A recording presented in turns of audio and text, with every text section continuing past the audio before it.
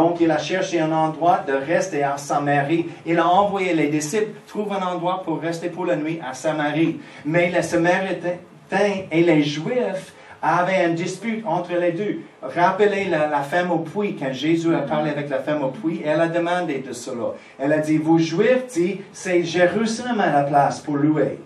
Mais nous les Samaritains, dit, ici sur la montagne, on loue. Et Jésus a expliqué. Donc, il a dit, c'est ici en Samarie, dans la montagne. C'est la présence de Dieu est là, parce que c'était là avant. Il a dit, on loue ici sur la montagne. Les Juifs disent, non, maintenant, dans le temple à Jérusalem, la présence de Dieu est là, c'est la place pour la louange. Et les Samaritains disent, non, non, non. Les Juifs disent, oui, oui, oui, il y a une grande dispute. Donc, quand les disciples sont arrivés en Samarie et demandaient une place pour Jésus et les disciples de rester pour la nuit, les Samaritains ont trouvé, oh, il est en train d'aller à Jérusalem pour louer. Il va rester ici en Samarie pour la nuit. Oh non, non, non, il va aller à Jérusalem. Vas-y, tu peux rester là, pas ici à Samarie. Il était refusé une place pour la nuit. Donc, quand quelqu'un arrive tout de suite après, il dit, oh, je veux te suivre, Jésus. Il a dit, hey, même les renards, les oiseaux ont une place, mais je n'ai pas une place pour ma tête. Ce n'était pas à cause de la pauvreté, c'était vraiment plus comme la persécution. Donc, Jésus, il y a plusieurs raisons, on a déjà vu, c'est un autre, on était mal enseigné vraiment. Il a dit ça à cause de la pauvreté, car il était indigent. Pauvre Jésus. Non, il était le roi de gloire ici. Il avait une pleine provision sur la terre, dans son ministère, par son Père Dieu. Amen. Amen. Son Père Dieu. Oui. Oui. Amen. Amen. Donc, on va donner ce matin, par rapport... Oh, je laisse ça. Donc, hier soir, chez nous, avec l'Internet ne fonctionne pas. Donc, tout était sans fil. On n'était pas capable d'imprimer les choses. J'ai refait l'Internet, le routeur et toutes les choses encore et encore. Et mon ordinateur fonctionne pareil, sans fil. On ne comprend pas, mais l'iPad, l'iPhone, toutes les autres choses. Donc, d'habitude, je prends mon Kindle pour le message et les choses, mais... C'est les anciennes façons. Aujourd'hui, ce matin, on dit, oh, il ne fonctionne pas encore. J'ai écrit les choses, j'ai copié quelque chose. Mais c'est un sujet tellement important. C'est une grande aide. Et même si vous avez entendu les choses avant, écoutez encore parce que, comme on dit récemment, on peut dire la même chose. Dieu peut nous parler dans la même façon, avec la même vérité, encore et encore et encore. Mais comme on grandit dans la foi et dans la maturité, on entend différemment. Et on peut recevoir les autres choses plus profondes. Comme à la maison, naturellement, quand on parle avec un enfant qui a 5 ans, on dit, c'est les choses, on explique quelque chose. Il comprend dans une certaine façon, dans la façon de quelqu'un avec 5 ans. Mais si on répète la même chose exactement, mot par mot, quand il avait 10 ans, il comprend dans une autre façon. Il comprend plus. Pourquoi? À cause de sa maturité. Amen. Donc, c'est la même chose dans le Seigneur. Quand nous sommes nés de nouveau, au début, on entend dans une façon, on comprend dans une façon. Oui, j'ai compris. Bon, félicitations. Mais quand on a grandi, nous sommes plus matures, on entend la même chose exactement encore, et on peut recevoir une autre révélation, dit, hey, j'ai compris encore, en plus. Donc ce matin, on va parler le grand champ de bataille de l'ennemi dans notre vie.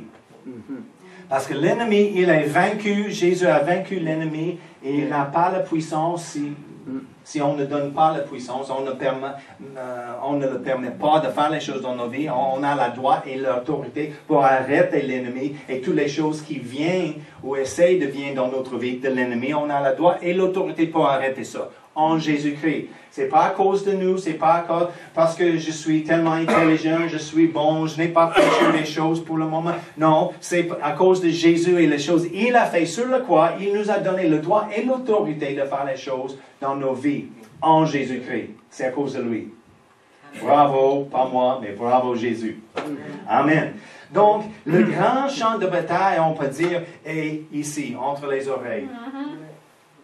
Parce que l'ennemi, il n'a pas un droit de faire les choses dans notre vie. Il ne force personne de pécher. oh, il y avait une, je ne sais pas, j'imagine que c'était ici aussi au Québec, une émission sur la télévision dans les années 60, et un comédien, Flip Wilson, qui a dit, oh, le diable m'a le fait, il m'a forcé de le faire. Il a dit en tout le temps. Et tout le monde rit parce qu'il était un comédien, il a fait des choses drôles. Il a dit, oh, quelqu'un dit, oh, tu fais soir, oh, c'est le diable, il m'a forcé de le faire. Et il est devenu une phrase, tout le monde a répété, juste pour être. Et il y a des personnes qui pensent comme ça. Les chrétiens, oh oui, je suis innocent, je suis forcé, le diable, non, il n'a pas le droit de nous forcer. Chaque fois, c'est intéressant, mais c'est la vérité, chaque fois on pêche, on a pris la décision de le faire. Quelqu'un a dit une fois, vraiment un ami d'ami, il est un évangéliste, il a dit, le péché avec lequel vous avez le plus grand problème est le péché que vous aimez le plus. Je dis, oh oui, c'est vrai. Parce que des fois, le goût de la chair, le chair aime quelque chose. Mais on peut régler le chair. Le chair est transformable, n'est-ce pas? C'est pourquoi il y a plusieurs aujourd'hui au gym pour transformer le corps. C'est pliable et transformable. On peut changer le corps, on peut changer le goût de nos chairs aussi. Par exemple, le Coca-Cola. J'aimais le Coca-Cola, j'ai bu beaucoup de Coke, le Coke Diète, Coke Zéro, et chaque fois, on fait ça, c'est normal.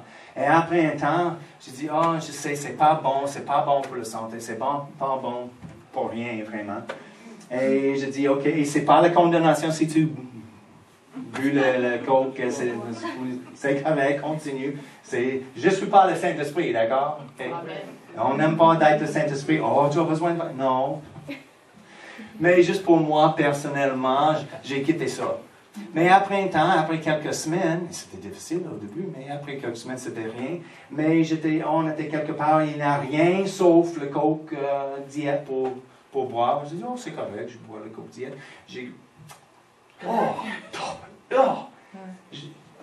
J'ai bu ça chaque jour, presque chaque jour. C'est dégueulasse, c'est terrible. Pourquoi? Ma goût a changé. On peut changer le goût de notre chair.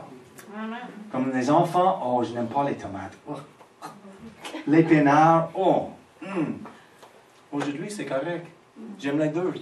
Mais comme un enfant, oh. J'ai fait ça à la table, que je mange les tomates. Oh. Je mange les tomates.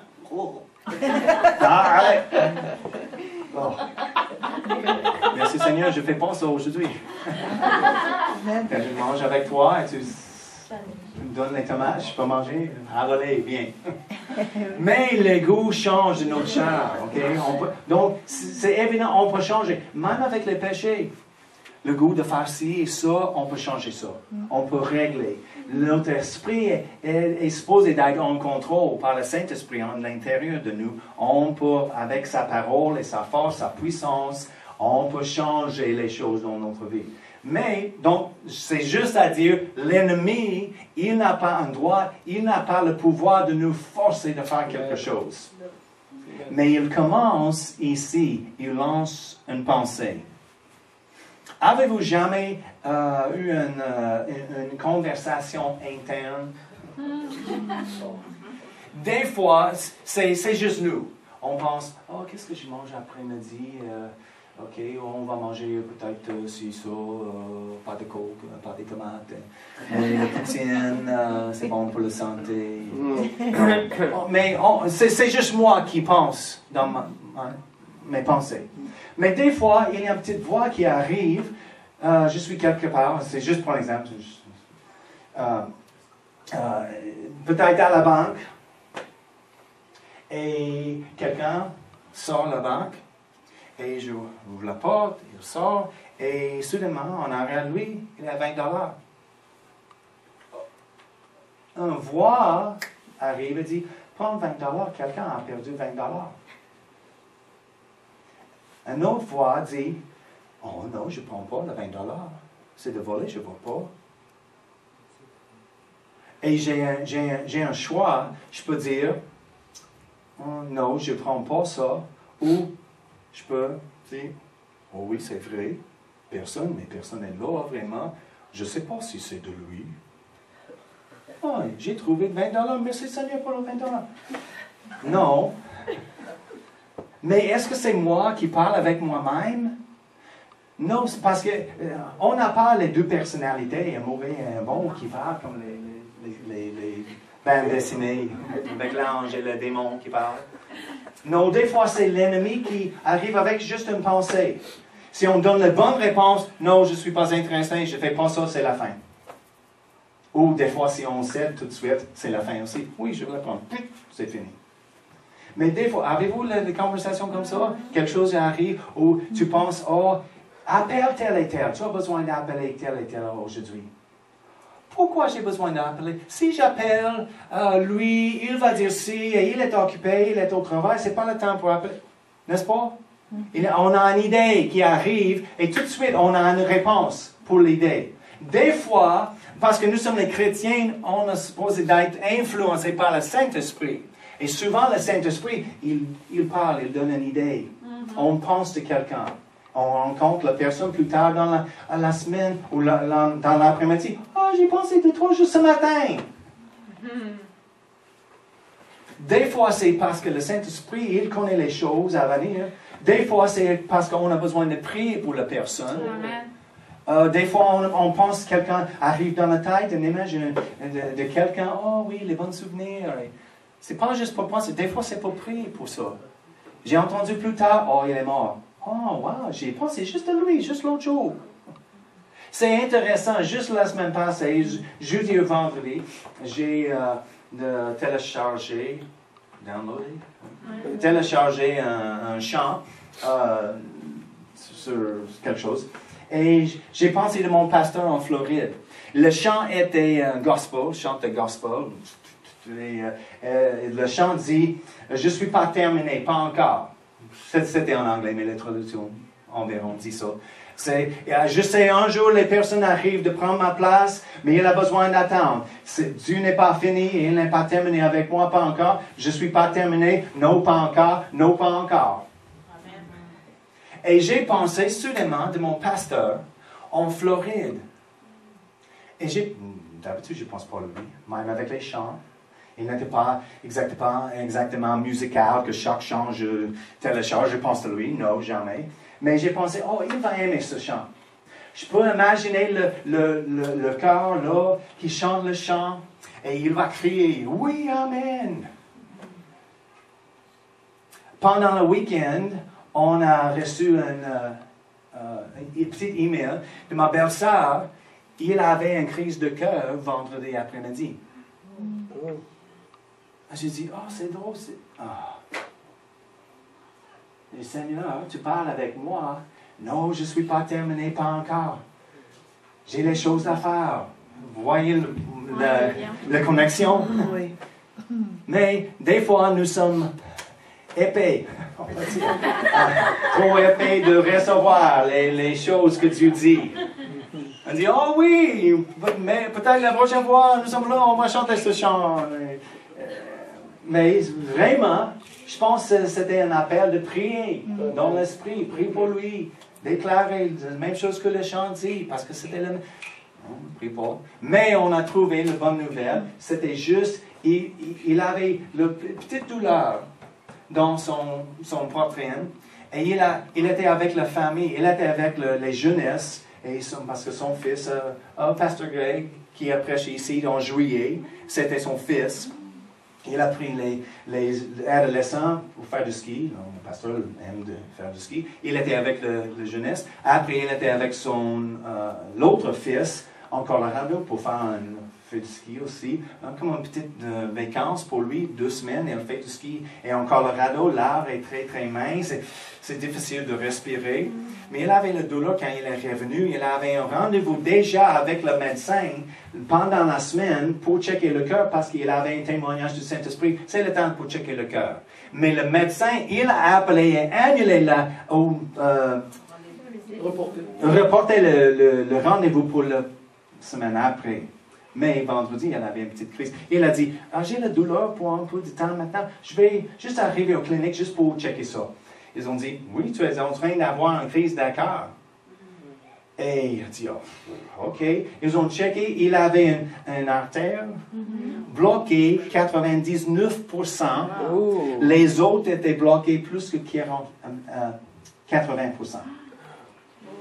Et le médecin dit, vous êtes tellement chanceux que tu n'as pas tombé en mort. Parce que tu fais les skis, des choses, ou l'art et main, c'est des choses. Je ne sais pas pourquoi tu n'es pas mort. Il a dit, c'est la grâce de Dieu. Mais parce qu'il était là, il ne fait pas une chirurgie, mais il plaçait les stents, je ne sais pas, les choses, les petites choses pour ouvrir au-dedans de l'artère, pour rester ouvert. C'était correct, il n'y a pas le dommage permanent pour le cœur, c'est correct. Et on dit, si tu as une crise du cœur, c'est la façon de la faire. C'était bon, aucun problème. Il a trouvé un temps et tout était beau. Et il y a des personnes dans l'Église qui avaient quelque chose dans leur esprit et pris pour lui pendant la semaine. Et c'est bon. Oui. Voyez l'importance d'être conduit par le Saint-Esprit. Amen. Oui. Amen. Donc, des fois, il y a une voix qui dit, appelle le médecin, check le cœur. Ouais. Oh, et on commence. Oh, si je n'ai pas le temps, je suis occupé, je suis en bonne santé, je n'ai pas la douleur, je n'ai pas les problèmes. Et c'est terminé. Mais des fois, c'est l'ennemi qui parle et on discute avec lui. Des fois, c'est le Saint-Esprit et on discute. Le raisonnement commence. Mais le diable, il n'a pas la force ou le pouvoir de nous forcer de faire quelque chose. Tournez avec moi à Jacques 4, verset 7. Jacques 4, verset 7, dit, « Soumettez-vous donc à Dieu, résistez au diable et il fuira loin de vous. » Donc, on a besoin d'être capable d'identifier les voix qui parlent. Si c'est le diable, la Bible dit, « Résistez le diable et il fuira. » Oh, peut-être. Non, il dit, si on résiste dans la foi, il fuira loin de nous. C'est la promesse de la Bible. Oh, j'ai essayé ça, il reste là. Non, la Bible dit, si on résiste. Mais il y a une façon de résister. Parce que des fois, il y a des personnes qui ont les pensées, les modes de pensée qui produisent le problème. Il y a beaucoup de problèmes dans leur vie, mais c'est le mode de pensée qui produit les problèmes. Oh, je suis comme ça, c'est ça. Il y a un verset en Proverbe 23, verset 7, dit ça. « Car il est tel que sont les pensées dans son âme. » C'est Proverbe 23, verset 7. « Car il est tel que sont les pensées dans son âme. » On devient la même chose qu'on pense de nous-mêmes. Si on pense, personne m'aime, je suis seul ici, je ne connais pas personne, et on pense les choses de timidité, je suis différent, personne ne veut pas me rencontrer. Quand on rencontre quelqu'un, on agit comme ça. Bonjour. Pourquoi? Parce qu'on pense comme ça. Quand on pense les choses, on devient comme nos pensées. C'est pourquoi c'est biblique. Il est tel que sont les pensées dans son âme. Mais on peut changer. C'est pourquoi Paul a dit on a besoin de renouveler notre intelligence avec la parole de Dieu. Donc, il y a une réponse pour les pensées. Tournez à 2 Corinthiens. J'ai besoin de marquer dans ta Bible. 2 Corinthiens 10, versets 4 et 5. 2 Corinthiens 10, 4 et 5.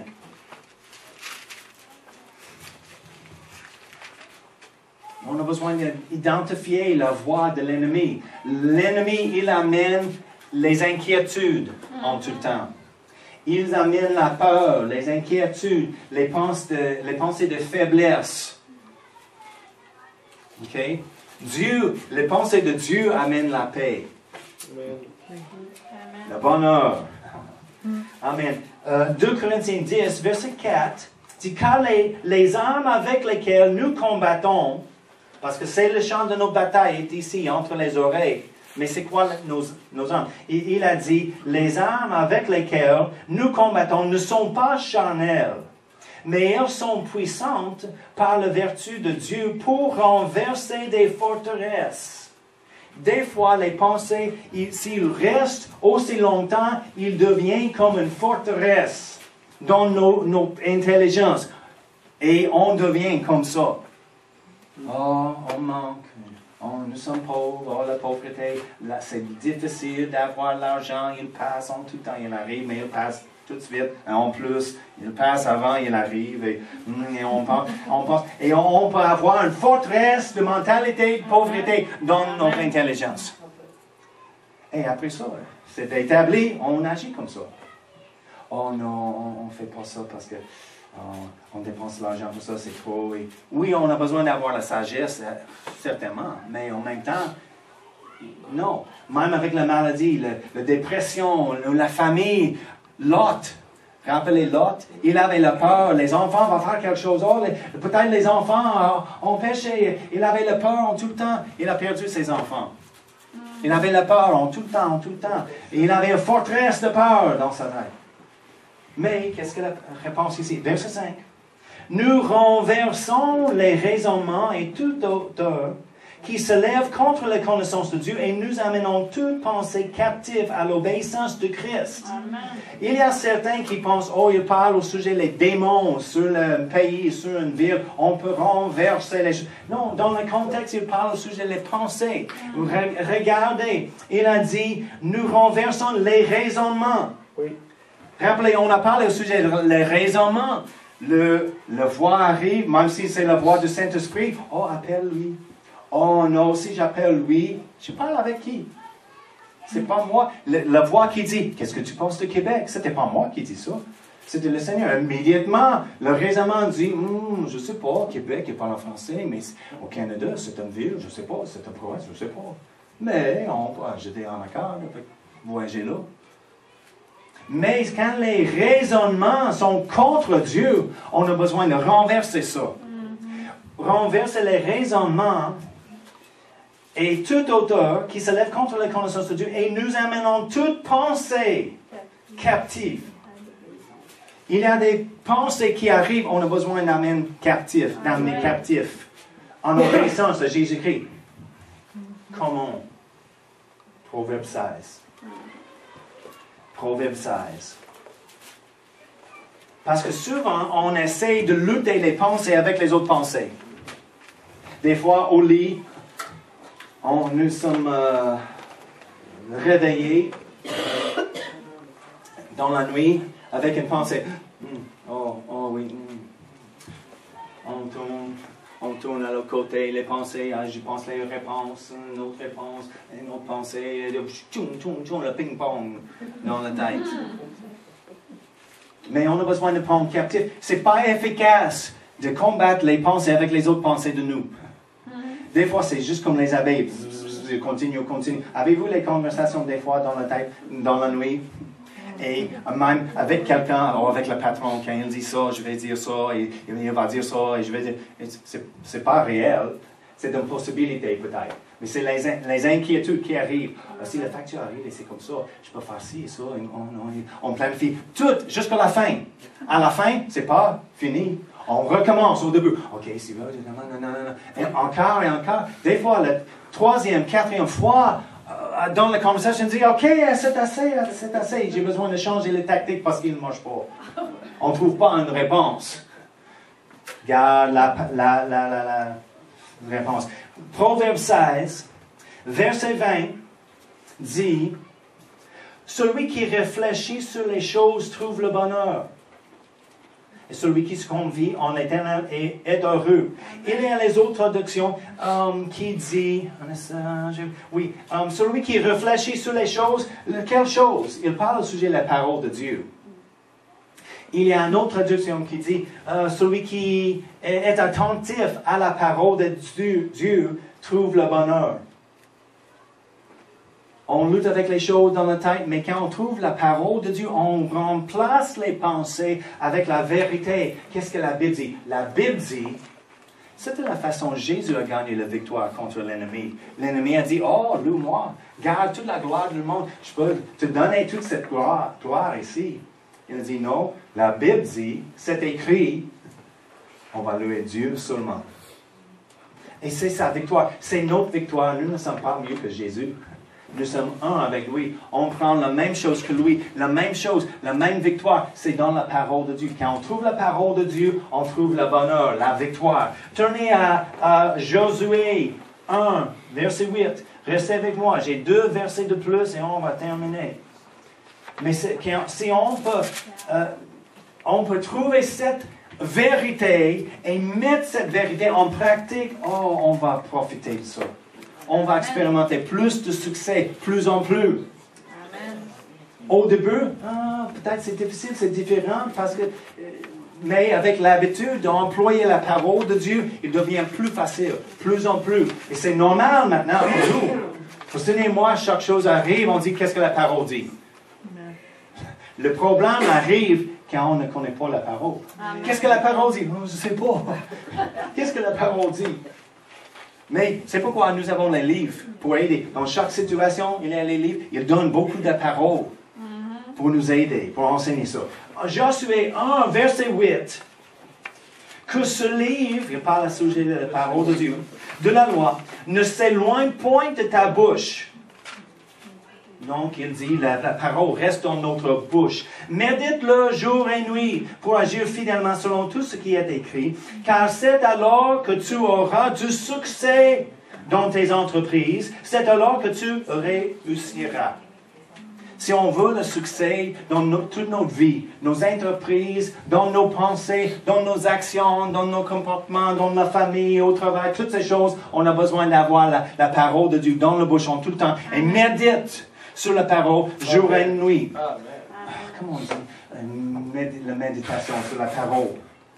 Oh, plusieurs religions aiment la méditation. Certains disent, vide l'intelligence, vide la tête, rien, pense de rien. Non, c'est vide, c'est une occasion pour l'ennemi de placer une pensée. Mais la parole de Dieu est assez puissante de remplacer même les paroles de l'ennemi. On fait la méditation tout le temps. C'est quoi la méditation? Juste de penser sur quelque chose encore et encore et encore. Méditation sur la parole de Dieu va produire la foi. Amen. Avec la foi biblique, on va expérimenter les résultats bibliques. Amen. Mais si on médite sur la parole de l'ennemi, tu n'es pas capable. Tu es plus faible que lui. Tu n'es pas capable de faire ça. Ou c'est bon pour lui, pas pour toi. Arrête. Non, c'est pas. Non. On écoute, on devient comme ça. C'est une forteresse. Mais on peut. Qu'est-ce que la parole dit? Philippiens 4, 13. Je puis tout en Jésus-Christ qui me fortifie. Tu n'es pas capable. Oui, je suis capable. Oui. Il a dit, laisse la parole dans la bouche en tout temps. Il y a une chose tellement importante, c'est tellement différent des fois. Au commencement, et peut-être c'est difficile parce que c'est différent, mais on a besoin de confesser la parole de Dieu à haute voix. Si on fait un expériment, si l'ennemi arrive, on va faire un expériment, on a fait avant, mais on va faire encore parce que c'est juste un bon exemple. Alors, je veux tout le monde ici ce matin de compter. Commence de compter dans la tête. 1, 2, en silence. 1, 2, 3, comptez. Comptez-vous? Oui, comptez-vous? Quand je dis maintenant, dis Alléluia à haute voix. Continue de compter. Et maintenant, Alléluia. Qu'est-ce qui se passait avec le compte? Arrêtez. Es-tu sûr? Oui. Tu n'es pas capable de continuer de compter et parler en même temps? Non. On n'était pas créé comme ça. Donc, pour continuer avec les pensées de l'ennemi pense, comme les abeilles, et on lutte avec les autres pensées, les raisonnements, l'autre, on ne dort pas. C'est vraiment terrible. Il y a des personnes qui vivent comme ça. Mais on peut arrêter quand on parle d'une autre chose, la parole de Dieu, à haute voix, la voix de l'ennemi arrête. On a fait ça. J'ai fait ça. Quand on a déménagé ici au Québec, on était seuls pour commencer l'église. On ne connaît pas quelqu'un, personne. On a rencontré Brett et Louise, mais ils ont vécu leur vie aux États-Unis.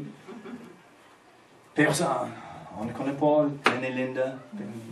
Rien de vous. Et l'ennemi était là dans la nuit pour dire, tu es ici, pourquoi? Tu payes pourquoi? Et où est l'argent? Tu n'as pas un emploi maintenant, tu ne reçois pas chaque semaine un chèque.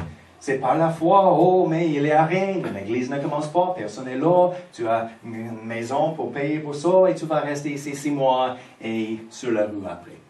Oui, c'est vrai, c'était les paroles de l'ennemi qui étaient dans ma tête.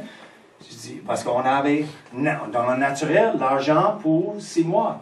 Après 2 semaines, il est revenu et dit, oh, tu n'as pas l'argent pour 6 mois, maintenant c'est juste 3 mois. Parce qu'il a des dépenses toujours pour faire des choses. Et après ça, sur la rue, et les partenaires qui donnent l'argent pour ton ministère aux États-Unis vont dire, ah, il fait quoi? Il a perdu la maison, il est sur la rue, on paie pour un ministère, qu'est-ce qu'il fait?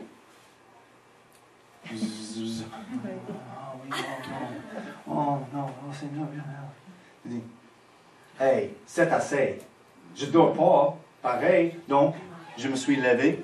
J'étais dans le salon. J'ai commencé à confesser la parole. Non, dans le nom de Jésus, je puis tout en Jésus-Christ qui me fortifie. Je suis fort dans le nom de Jésus. Il fournit tous nos besoins selon sa richesse en gloire en Jésus-Christ. Alléluia. Je manque de rien parce que l'Éternel est mon berger. Et j'ai confessé la parole. J'ai prêché à moi-même à haute voix. Tout le monde dort dans la maison.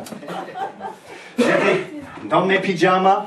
3 heures dans le matin, dans le salon, je prêche la parole, je prie en langue, et la paix de Dieu, les abeilles arrêtées, et la paix de Dieu a descendu sur moi. Oh, gloire à Dieu. Amen, j'ai la victoire. J'ai retourné au lit. J'ai dormi. Pour environ 1 heure.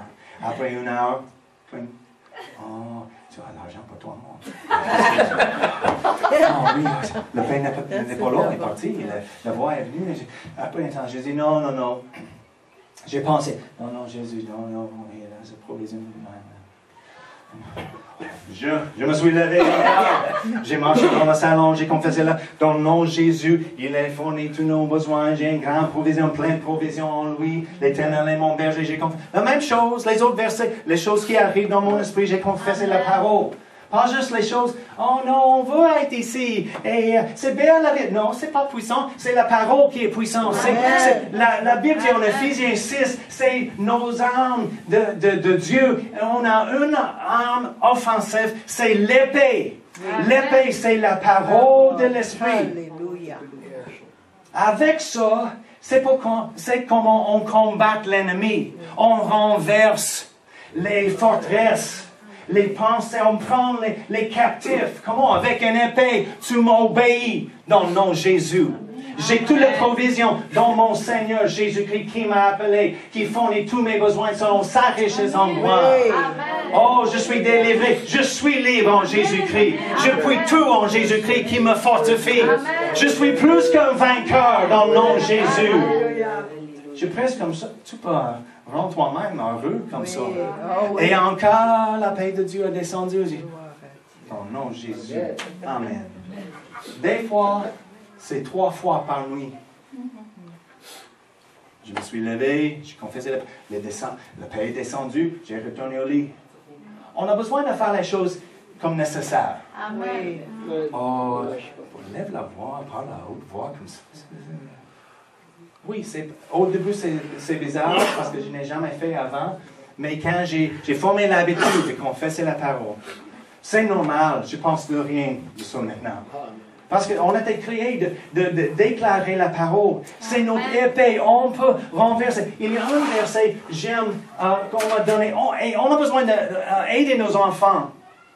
Parce que des fois, les enfants ont le trouble dans leur tête, pas le trouble, mais pas comme on a dit, mais juste les inquiétudes. Oui. Et les choses. Et on peut enseigner nos enfants. Et la parole dit, de Dieu dit ça. On n'a pas les inquiétudes de ça.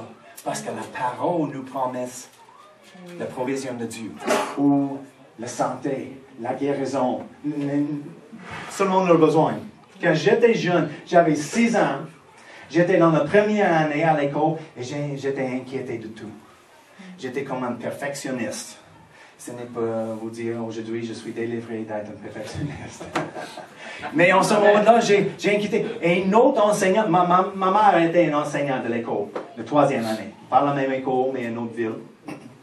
Mais mon enseignante de première année, pour la première fois, elle a donné toute la classe le C pour toutes choses.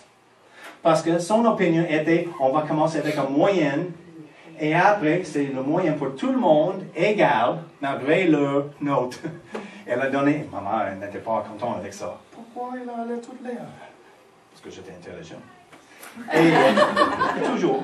Et, mais elle a pensé, après ça, on peut voir les vraies choses de chaque étudiant, va montrer lui-même, et il peut monter ou descendre selon ses habiletés. Et j'ai demandé à ma mère, parce que c'est quoi ça? On comprend, c'est la première fois. C'est bon? Elle dit, oui, c'est bon. J'ai dit, est-ce qu'il y a quelque chose de mieux? Parce que je veux le meilleur. Elle a dit oui. J'ai dit, c'est quoi? C'est mieux que ça. Elle a dit, en B. B, c'est mieux. J'ai dit, OK. Je n'ai pas reçu en B. Est-ce qu'il y a quelque chose de mieux qu'en B? Elle a dit, oui. C'est quoi? Non. OK. J'ai vu quelque chose. Mais je n'aime pas ça. Donc, j'ai inquiété de tout. Et mon enseignant était strict. Elle était vieille. Et j'avais 16 ans, tout le monde était vieille. Mais elle était tellement stricte. J'ai inquiété de toutes choses. J'ai pleuré chaque matin. Oh, je veux rester chez nous. Oh, j'ai pleuré. Oh, mon estomac. J'avais mal à l'estomac.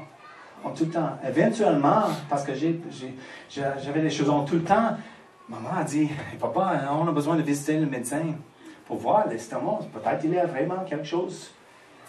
J'étais à l'hôpital, j'ai vu les choses dégueulasses pour faire l'examination des choses. Le médecin dit, il n'y a rien, c'est correct. Peut-être, c'est juste parce qu'il a dit, peut-être, les inquiétudes à cause de comment ça s'appelle l'ulcère? L'ulcère, peut-être, même à 6 ans. Non, il n'y a rien, juste les inquiétudes. Je me rappelle que maman a prié avec moi, mais on n'a connu pas la parole comme je connais aujourd'hui. Les choses ont changé, mais maintenant on peut dire, hey, la parole dit. Daniel, rappelez Daniel, il était 10 fois mieux que tous les restes, parce qu'il était un serviteur de Dieu. Tous les sages, il était plus sage. On peut trouver les promesses pour notre situation. Une chose que j'aime de donner les patients, les personnes avec le cancer, il y a une bonne promesse. Parce que, qu'est-ce que la voix dit? Quand on entend le mot cancer, égale la mort. L'ennemi est là pour aider, pour placer un grand placard. Cancer, oh, tu vas mourir, oh, attends la mort. Elle arrive certainement. Non. Qu'est-ce que la Bible dit? Il y a un verset en Psaume 118, verset 17, qui dit, je ne mourrai pas. Je vivrai et je raconterai ce que l'Éternel a fait. Oui, alléluia. Il y a toujours une réponse avec la parole de Dieu. Et j'ai vu les personnes avec le cancer qui ont pris ce verset-là et c'était leur épée. Et chaque fois, la voix est venue, oh, tu vas mourir. Non, dans le nom de Jésus. La Bible m'a dit, je ne mourrai pas. Je vivrai et je vais déclarer ce que l'Éternel a fait. Amen. Oh, encore, on peut prêcher à nous-mêmes. C'est nécessaire pour gagner la bataille dans le champ de bataille contre l'ennemi. Parce que si on juste reste dans les pensées, combattre avec les autres pensées, souvent il gagne. Parce qu'on devient fatigué et on dit, ah oui, c'est vrai. Mais ce n'est pas la vérité. Voici la vérité. Quand on met la vérité dans nos cœurs, il va sortir la bouche. On peut vaincre l'ennemi encore et encore. Chaque fois il arrive, avec la haute voix avec la parole, on peut arrêter la voix et les pensées harcelantes de l'ennemi. Amen. Amen.